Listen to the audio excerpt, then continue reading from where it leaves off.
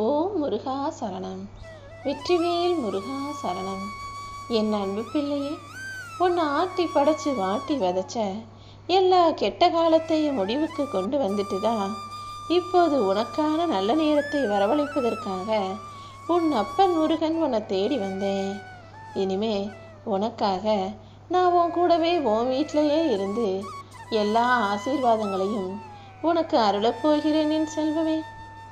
காரணம் இல்லாமல் உன்கிட்ட யாராவது பேசாமல் இருந்தாங்கன்னா அவங்கக்கிட்ட போய் ஏன் பேச மாட்டீங்கன்னு தொந்தரவு செய்யாமல் அவர்களுக்கு மன அழுத்தத்தை கொடுக்காம உன்னிடம் பேசாதவர்களிடம் இருந்தும் உன்னை புரிஞ்சுக்காம உன்கிட்ட சண்டை போட்டவங்கக்கிட்ட இருந்தும் நீ கொஞ்சம் விலகி இருந்தாலே அவர்கள் தானாக உன்னை புரிஞ்சுக்கிட்டு உன்னை தேடி வருவாங்க.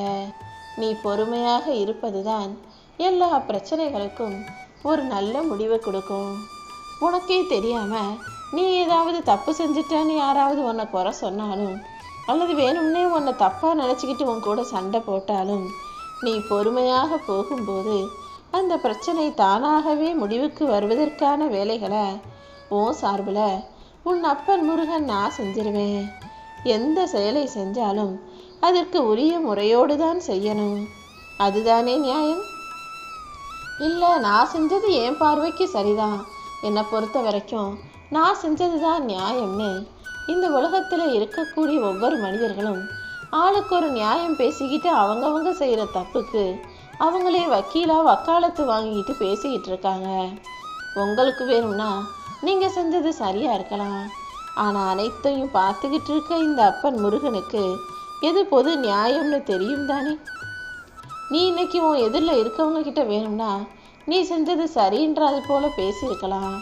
ஆனால் உண்மையிலே எது சரி எது நியாயம்னு எல்லாத்தையும் பார்த்துக்கிட்டு இருக்க நான் சரிக்கு சரியான சந்தோஷத்தையும் தவறுக்கு உரிய தண்டனையையும் அவரவர்கள் உரிய வாழ்க்கையில் கொடுத்து தான் ஆகுவேன். நீ ஒருபோதும் தேவையில்லாமல் எந்த தவறும் செய்யக்கூடாது. நீ எப்பவும் எல்லார்கிட்டையும் அன்பும் பாசமும் அக்கறையும் கொள்வதில் கவனமாக இருந்து கொள். தேவையில்லாமல் யாரும் உன்னை தப்பாக நினைக்கிற அளவுக்கு நீயாகவே எதையாவது செஞ்சு பிரச்சனையில் மாட்டிக்காதே என் செல்வமே. யாருக்காவது ஒரு கனவு இருக்குது, ஆசை இருக்குது, லட்சியம் இருக்குன்னா அவர்கள் அதை அடைவதற்காக உன்னால் முடிஞ்ச உதவிகளை செய்ய. மற்றவர்களின் கனவை நனவாக்க முடியும்னு அவர்களுக்கு தொடர்ந்து ஊக்கம் கொடு.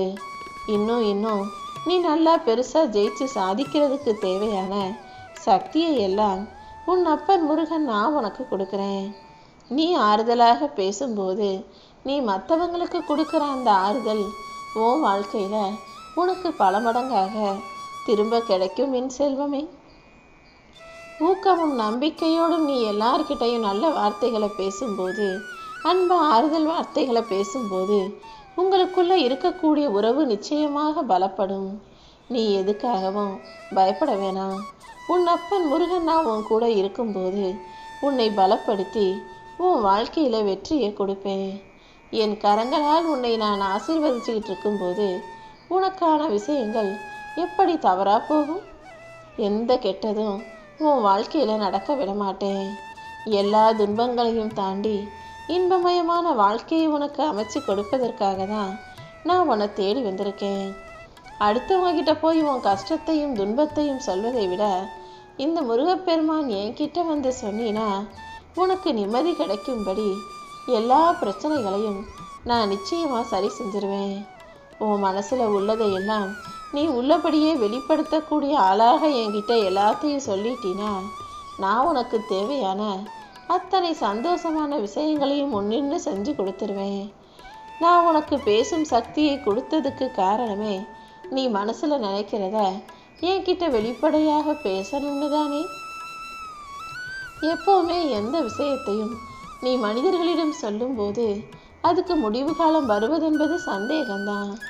ஆனால் நல்லது கெட்டது எதுவாக இருந்தாலும் இந்த அப்பன் முருகனிடம் சொல்லும்போது நன்மையாக இருந்ததுன்னா அது இன்னும் பல மடங்காக பெருகும். கெட்டதாவோ கஷ்டமாகவோ இருந்ததுன்னா அது உன்னை விட்டு உன் வாழ்க்கையை விட்டு விலகி போகும். எப்போவுமே உன்னால் முடிஞ்ச நல்ல செயல்களை நீ செய்யும்போது உனக்கான புண்ணியங்களை இந்த முருகன் நான் அமைச்சு தருவேன். நீ எல்லார்கிட்டையும் அளந்து பேசும்போது உன் புத்தியில் தெளிவும் வாக்கில் பிரகாசமும் உண்டாகும். காணாம போனவங்கள தேடலாம், ஆனால் கண்டும் காணாம போனவங்கள தேடி போகாதே என் செல்லமே. உனக்கு எதை நல்லதை எப்போ செய்யணும், எப்படி செய்யணும்னு எல்லாத்தையும் நான் கணக்கு போட்டு வச்சிருக்கேன். இத்தனை நாட்களாக நீ கற்றுக்கிட்ட பாடங்களில் தோல்விங்கிறது ஒரு பகுதி தான். அந்த தோல்வியை தாண்டி இப்போது மிகப்பெரிய பிரம்மாண்டமான வெற்றியை நீ பெறத்தான் போகிறாய்.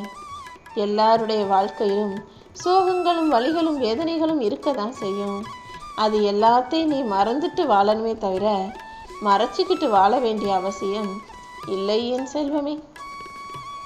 உன்கிட்ட அன்பை தருபவர்களை விட அனுபவத்தை தரக்கூடிய கெட்ட மனிதர்கள் தான் உன்னை சுற்றி அதிகமாக இருக்காங்க. எல்லார் வாழ்க்கையிலையும் நல்லது செய்யக்கூடிய சில மனிதர்களும் கெட்டதை மட்டுமே செய்யக்கூடிய பல மனிதர்களும் வந்து போவார்கள். அப்படிதான் உன் வாழ்க்கையிலையும் இப்போது உனக்கு கெட்டது செஞ்சு கஷ்டப்படுத்தக்கூடிய மனிதர்கள் உன்னை சுற்றி இருந்தாலும் கூடிய சீக்கிரம் அவர்களிடமிருந்து உன்னை மீட்டெடுத்து உன் பாதையிலிருந்து அவர்களை விலக்கி வச்சு முழுவதுமாக எல்லா காரியங்களும் உனக்கு நல்லபடியாக நடக்கும்படி நான் செய்ய போகிறேன். அடுத்தவங்க என்ன யோசிப்பாங்கன்னு யோசிச்சுக்கிட்டே உன் வாழ்க்கையை வாழாமல் எனக்கு பிடிச்சது என் விருப்பம் போல என் மனசாட்சிக்கு உண்மையாக நான் வாழ்வேன்னு சொல்லிட்டு உன் வாழ்க்கையை வாழ்ந்தானு நான் சொல்லியிருக்கேன். ஆனால் நீ பல சமயங்களில் அடுத்தவங்களுக்கு பிடிச்சது போல இருக்கணும், பார்க்குறவங்க கண்களுக்கு நல்லா தெரியணும்னு உடை உடுத்தும் போதும் சில செயல்களை செய்யும் போதும் கூட யோசிக்கிற. அடுத்தவர்களை ஈர்ப்பதற்காக நீ பிறக்கவில்லை. நீயாக உன்னுடைய வாழ்க்கையில ஜெயிச்சு சந்தோஷமான வாழ்க்கையை வாழ்வதற்காக தான் இந்த பூமியில நீ பிறப்பெடுத்திருக்க. நீ தடுக்கி விழும்போதோ தடுமாறி விழுகும் போதோ பிரச்சனையில சிக்கி தவிக்கும் போதோ கஷ்டப்படும் போதோ உன்னை தூக்கி விட யாரும் வரமாட்டாங்க. ஆனா நீ தலை நிமிர்ந்து ஜெயிச்சு வாழும்போது எப்படியாவது உன்னை தோற்கடிக்கவும் உன்னை கீழே தடுக்கி விழுக வைக்கவும் பல பேர் உறவுகளாக வந்து நிற்பாங்க. இதுதான் விசித்திரமான மனிதர்களின் குணம். ஒருத்தன் நல்லா இருக்கும்போது அவனை நல்லா இருக்கட்டும்னு வாழ்த்த யாரும் வரமாட்டாங்க. ஆனால் கெட்டு போறான்னா கஷ்டப்படுறானா அவனுக்கு நல்லா வேணும்னு சொல்றதுக்கும் இன்னுமே அவனை திட்டி குறை சொல்லி கோபப்பட்டு ஆவேசப்பட்டு பேசி அவனை மட்டம் தட்டி அவன் மனசை காயப்படுத்தவும் இந்த பூமியில பல பேர் இருப்பார்கள் என் செல்வமே. வாழ்க்கையினாலே எல்லாருக்கும் ஆயிரம் பிரச்சனைகள் வரும். எல்லா வீடுகளிலேயும் சில கஷ்டங்களும் பிரச்சனைகளும் வேதனைகளும் இருக்க தான் செய்யும். ஆனால் நீ தான் எல்லாத்தையும் தாங்கும் இதயத்தோட உன் வாழ்க்கையை வாழ தயாராக இருக்கணும். இந்த உலகத்தில் வாழக்கூடிய எல்லா மனிதர்களுக்கும் 2 விதமான முகங்கள் இருக்கு. அதில் ஒரு முகத்தை மட்டும்தான் வெளியே காட்டுறாங்க. அந்த முகம் எப்படிப்பட்டதுன்னா உதவி செய்கிற முகமாகவும் நல்லது நினைக்கிற முகமாகவும் அடுத்தவங்களுக்கு நல்லதை செய்யக்கூடிய தாராள மனப்பான்மை உள்ள முகமாகவும் வெளியே காட்டிக்கிறாங்களே தவிர அவர்களுடைய உண்மை முகம் உள்ளுக்குள்ள இருக்கிற இன்னொரு முகம் யாருக்கும் இங்கு தெரிவது கிடையாது. அந்த 2வது முகத்தை வெளியே காட்டுற வரைக்கும் இந்த உலகத்தில் எல்லாருமே நல்லவர்கள் தான். நீ ஒருபோதும் தவறு செய்ய பயப்படுறதில்லன்றதை நான் கவனிச்சுக்கிட்டு தான் இருக்கேன். ஆனால் நம்ம செஞ்ச தவறை யாரும் பார்த்துடக்கூடாதுன்றதுல மட்டும் நீ உறுதியாக இருப்பதையும் நான் பார்த்துக்கிட்டு தான் இருக்கேன் என் செல்வமே. நாம் தப்பு செய்யலாம், ஆனால் அதை யாருக்கும் தெரியாமல் செய்யணும், யாரும் கண்டுபிடிச்சிடக்கூடாதுன்னு யோசிக்கிறதுக்கு பதிலாக தவறை செய்யாத பிள்ளையாக நீ இருப்பது தானே எனக்கு பெருமையாகவும் சந்தோஷமாகவும் இருக்கும். ஒருத்தவங்க ஒரு விஷயத்தை சொல்லும்போது அது உனக்கு புரியலைன்னா திரும்ப கேட்டு புரிஞ்சுக்கோ. எந்த விஷயத்தையும் நீயாகவே தப்பாக புரிஞ்சுக்கிட்டு தவறாக நினைக்காதே என் செல்வமே. உன் வாழ்க்கையில நீ மகிழ்ச்சியாகவும் நிம்மதியாகவும் சந்தோஷமாகவும் வெற்றிகரமாகவும் வாழணுங்கிறதுக்காக தான் இது எல்லாத்தையும் நான் சொல்லிக்கிட்டு இருக்கேன். நீ முடிஞ்ச அளவுக்கு யாருக்கிட்டையும் எதையும் எதிர்பார்க்காம எல்லா விஷயங்களையும் உனக்கு நீயே செய்யக்கூடிய பிள்ளையாக இரு. யாருக்காகவும் உன்னை மாற்றி கொள்ளாமல் நீயாக இரு. உனக்கு பிடிச்ச வாழ்க்கையை வாழ்ந்துட்டு போ. ஒரு சிலர் உன் மேல உண்மையான அன்பு வச்சு உனக்காக எல்லாத்தையும் விட்டு கொடுத்து தன்னையே உனக்காக மாற்றிக்கொள்ளக்கூடிய நபராக உன்னை தேடி வந்தாங்கன்னா அந்த உறவை மட்டும் அந்த நல்ல மனிதரை மட்டும் உன் வாழ்க்கையில் நீ கைவிற்றக்கூடாது என் செல்வமே.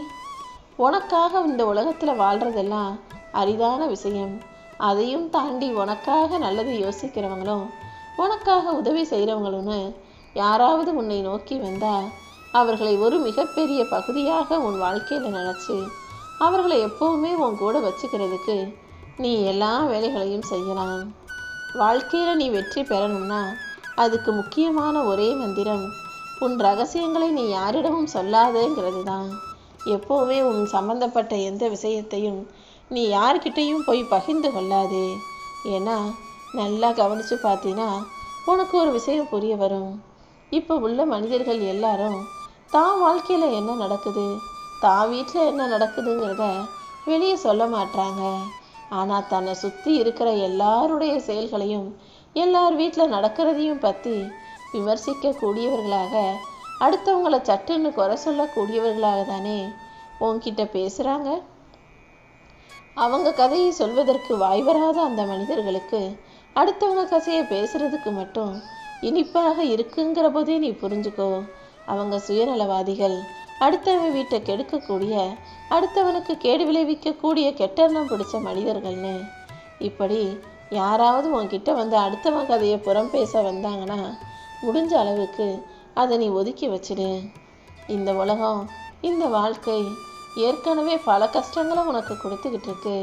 இதில் அடுத்தவங்க வீட்டு பிரச்சனையையும் அடுத்தவங்க வாழ்கிற வாழ்க்கையும் தெரிஞ்சு நீ என்ன செய்ய போற? உன்னுடைய வாழ்க்கையில் உனக்கு பிடிச்சதையெல்லாம் உன்கிட்ட இருந்து பறிச்சுக்கிட்டு பிடிக்காததை உன் கைகளில் கொடுத்து நீ சந்தோஷமாக வாழுன்னு இந்த உலகம் சொல்ல தான் செய்யும்.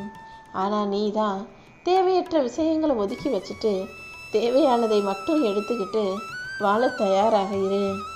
தேவையில்லாமல் எல்லார்கிட்டையும் பேசுகிறத விட முடிஞ்ச அளவுக்கு அமைதியாக மௌனமாக இருப்பது தான் சிறந்தது. உன் மனசை புரிஞ்சுக்காத யாருக்கும் உன் வார்த்தைகளும் புரியாது. தினமும் உன்னை பார்க்குறாங்க, நீ செய்கிற நல்ல செயல்களையும் பார்க்குறாங்க. அப்படி இருந்தும் உன்னை புரிஞ்சுக்காம உன்னை பற்றி தப்பாக பேசுகிறவங்க கிட்ட போய் நீ வார்த்தைகளை எடுத்து சொன்னால் மட்டும், நீ நல்லவன்னு சொன்னால் மட்டும் அவங்களுக்கு புரிஞ்சிடவா போகுது? உன்னை தாழ்த்துபவர்கள் முன்பாக நீ உயர்ந்து நிற்கணும். உன்னை வாழ்த்துபவர்கள் முன்பாக நீ பணிந்து பவ்யமாக நிற்கணும். பந்தை வந்து சுவத்தில் எரியும் போது அது சுவத்து மேலே பட்டு எப்படி திரும்ப உன்னை நோக்கி வருமோ அதே போலதான் நீ வெளிப்படுத்துகிற அன்பும் பாசமும் கோபமும் ஆக்ரோசமும் ஆசையும் எல்லாமே உனக்கு எதிராக உன்னை நோக்கி திரும்ப வரும். இதில் ஆசையும் கோபமும் மிகவும் கொடுமையானது. அதை ஒருபோதும் அடுத்தவங்க கிட்ட நீ காட்டும்போது, அடுத்தவங்க மேலே கோவப்பட்டு கத்தும் போதோ அல்லது அடுத்தவனை ஏமாற்றி உன் ஆசையை நிறைவேற்றி கொள்ளும் போதோ அது பல மடங்கு பாவமாக உன்னை துன்புறுத்த உன்னை நோக்கி வரும். அதனால் நல்லா யோசிச்சு யார் மீதும் கோபப்படாமல் பொறுமையாக இருக்க கற்றுக்கோ. உன் வாழ்க்கையில் நீ ஆசைப்படுறது எல்லாத்தையும் நீயாக சுயமாக தான் பெறணுமே தவிர யாரையும் கஷ்டப்படுத்தியோ யாரையும் ஏமாற்றியோ உன் ஆசைகளை நிறைவேற்றிக்க கூடாது. ஒரு விஷயம் நல்லா தெரிஞ்சுக்கோ, யாருக்கும் போய் உதவி செய்ய மனசில்லாத மனிதர்களுக்கு அடுத்தவங்க வீட்டு கதையை பேசுறதுக்கும் அடுத்தவங்க மேலே கோபப்படுறதுக்கும் தகுதி இல்லைங்கிறத நீங்கள் உணர்ந்துக்கிட்டு தான் ஆகணும். உன் மனசு எதை தீவிரமாக சிந்திக்குதோ அதுவாகவே மாறிவிடும் தன்மையோடு நீ இருக்க. அதனால் எப்போதுமே நல்லதை மட்டுமே நீ சிந்திச்சினா நீ நல்ல பிள்ளையாக இந்த உலகில் உலா வருவாயல்லவா? உன் மனசில் ஆசைகளும் எதிர்பார்ப்பும் எவ்வளவு இருந்தாலும் அது எல்லாத்தையும் கட்டுப்படுத்தி கொள்ள தயாராக இரு. ஒருபோதும் உன் தேவைகளை அதிகப்படுத்திக்கிட்டே போகாத.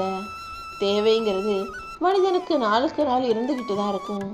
ஆனால் நீ தான் அதை அளவோடு வச்சுக்கிட்டு இன்னும் நீ என்ன முயற்சி செய்யணுங்கிறத மட்டும் அதிகப்படுத்தணும். அதன் மூலமாக உன் வாழ்க்கை நிச்சயமாக மாறும்.